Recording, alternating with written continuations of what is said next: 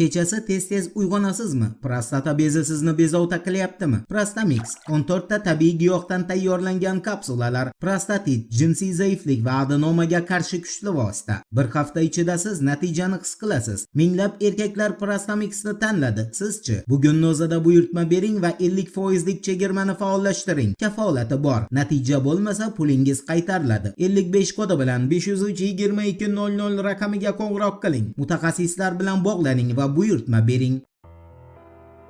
Assalomu alaykum qadrdon muxlis. Siz bilan siz bilgan va kutgan kanal Turfa olam. New York Times agentligining xabar berishicha, Amerika Qo'shma Shtatlari prezidenti Donald Trump Eronga qarshi urush faqat qisman yakunlanganini va Washington ishni oxirigacha yetkazishini ma'lum qilgan. Trumpga ko'ra, Amerika Qo'shma Shtatlari harbiy jihatdan qaraganda ishni taxminan 70-75% ni yakunlagan va hamma narsani oxirigacha yetkazgani yo'q. Trumpning bildirishicha, Amerika Qo'shma Shtatlari qo'shini Eronga qaytib ishni tugatadi, ya'ni Eronni harbiy salohiyatiga nuqta qo'yadi.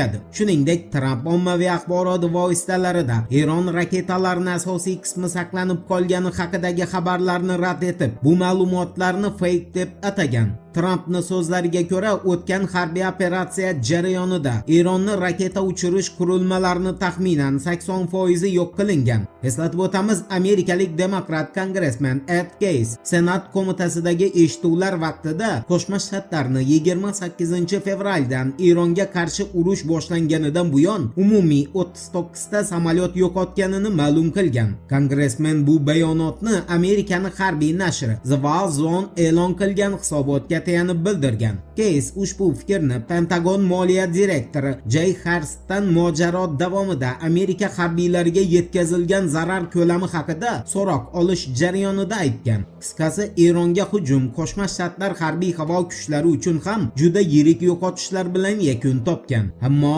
Pentagon bu ma'lumotlarni o'z zaifligini ko'rsatmaslik uchun oshkor qilishni istamagan edi. Endi Isroil va Livan o'rtasidagi tinchlik kelishuvini yana 45 kunga uzaytirilgani bilan bog'liq axborotga o'tamiz. E'tiborli bo'ling. Amerika Qo'shma Shtatlari Isroil va Livan o'rtasidagi muzokaralarni 3-raundi yakunlangandan so'ng Livanda Hizbulloh bilan o't ochishni to'xtatish rejimi yana 45 kunga uzaytirilganini e'lon qildi. Bu haqida Qo'shma Shtatlar Davlat departamenti ma'lum qilgan. Sulh 16 apreldan buyon amal qilmoqda. Shu bilan birga Amerika Qo'shma Shtatlari Isroilga tahdid deb hisoblagan Hizbulloh jangarilarga qarshi zarbalar berishni davom ettirishga ruxsat bergan. Natijada hujumlar har kuni, hatto payshanba va juma kunlari bo'lib o'tgan muzokaralar vaqtida ham davom etgan. O'z navbatida Hizbulloh Livan janubida keng bufer hududi tashkil etgan Isroil kuchlariga zarbalar bergan. Isroil tomoni ta'kidlashicha, bu hudud chegara orqali aholi punktlariga bo'ladigan hujumlarni oldini olish uchun yaratilgan. Qo'shma Shtatlar Davlat departamenti maxsus vakili Tommy Pigott so'nggi 2 kunlik muzokaralarni juda samarali deb atagan. Uning so'zlariga ko'ra, sulhni uzaytirilishi keyingi taraqqiyotga erishish imkonini berishi mumkin. Muzokaralarning 3-raundida ilk bor har ikki tomonning harbiy vakillari ishtirok etgan. Isroil tomonidan Amerika Qo'shma Shtatlaridagi harbiy attashi vazifasini bajaruvchi brigada generali Erik Bendov va armiya strategik bo'linmasi rahbari brigada generali Amihay Levin qatnashgan. Davlat departamenti siyosiy muzokaralar yo'nalishi 2-3 iyun kunlari davom ettirilishini ma'lum qildi. Bundan tashqari 29 may kuni Pentagonda ikki mamlakat harbiy delegatsiyalari ishtirokida xavfsizlik masalalari bo'yicha alohida muzokaralar yo'nalishini ishga tushirish ham rejalashtirilgan. Davlat departamenti ushbu muhokamalar mamlakat o'rtasida barqaror tinchlikka erishish, suverenitet va hududiy yaxlitlikni o'zaro tan olish, shuningdek, umumiy chegarada haqiqiy xavfsizlikni ta'minlashga yordam berishiga umid bildirgan.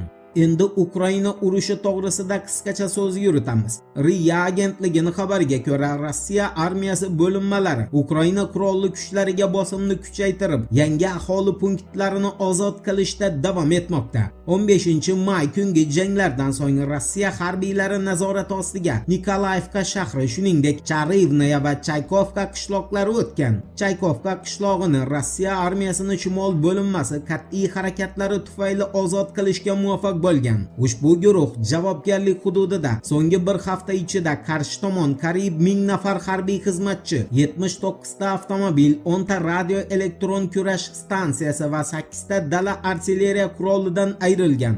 Rossiya jangchilari Ukraina armiyasini 9 ta brigadasi va shturm polkini jonli kuchi hamda texnikasiga zarba bergan. Charivnaya qishlog'ini esa sharq bo'linmasi jangchilari egallagan. Ularning bo'linmalari Ukraina armiyasini 7 ta brigadasi va 4 ta shturm polki jonli kuchi hamda texnikasiga zarbalar yo'llagan. Qarshi tomon 21-jangovar zirhli texnika, 60 ta avtomobil, 6 ta dala artilleriya quroli va qariyb 2000 nafar shaxsiy tarkibni yo'qotgan. Rossiya armiyasining janub bo'linmasini faol hujum harakatlari Kiyev nazoratidagi bo'linmalarni Nikolayevkadan siqib chiqarish imkonini bergan. Jangchilar Ukraina armiyasini 11 brigadasi joylashuviga zarba berib, 16 ta jangovar zirhli mashina, 84 ta avtomobil, 4 ta radio elektroni va kontrbatariya kurash stansiyasi hamda 18 ta dala artilleriya qurolini yo'q qilgan. Ma'lum bo'lishicha, Rossiya armiyasining g'arb bo'linmasi 3 ta mexanizatsiyalashgan brigada, shturm brigadasi, Ukraina qurolli kuchlari bosh shtabi qo'riqlash brigadalari va hududiy mudofaa bo'linmalariga zarba bergan. Qarshi tomon qariyb 800 nafar jangchisini yo'qotgan. Guruh bo'linmalari esa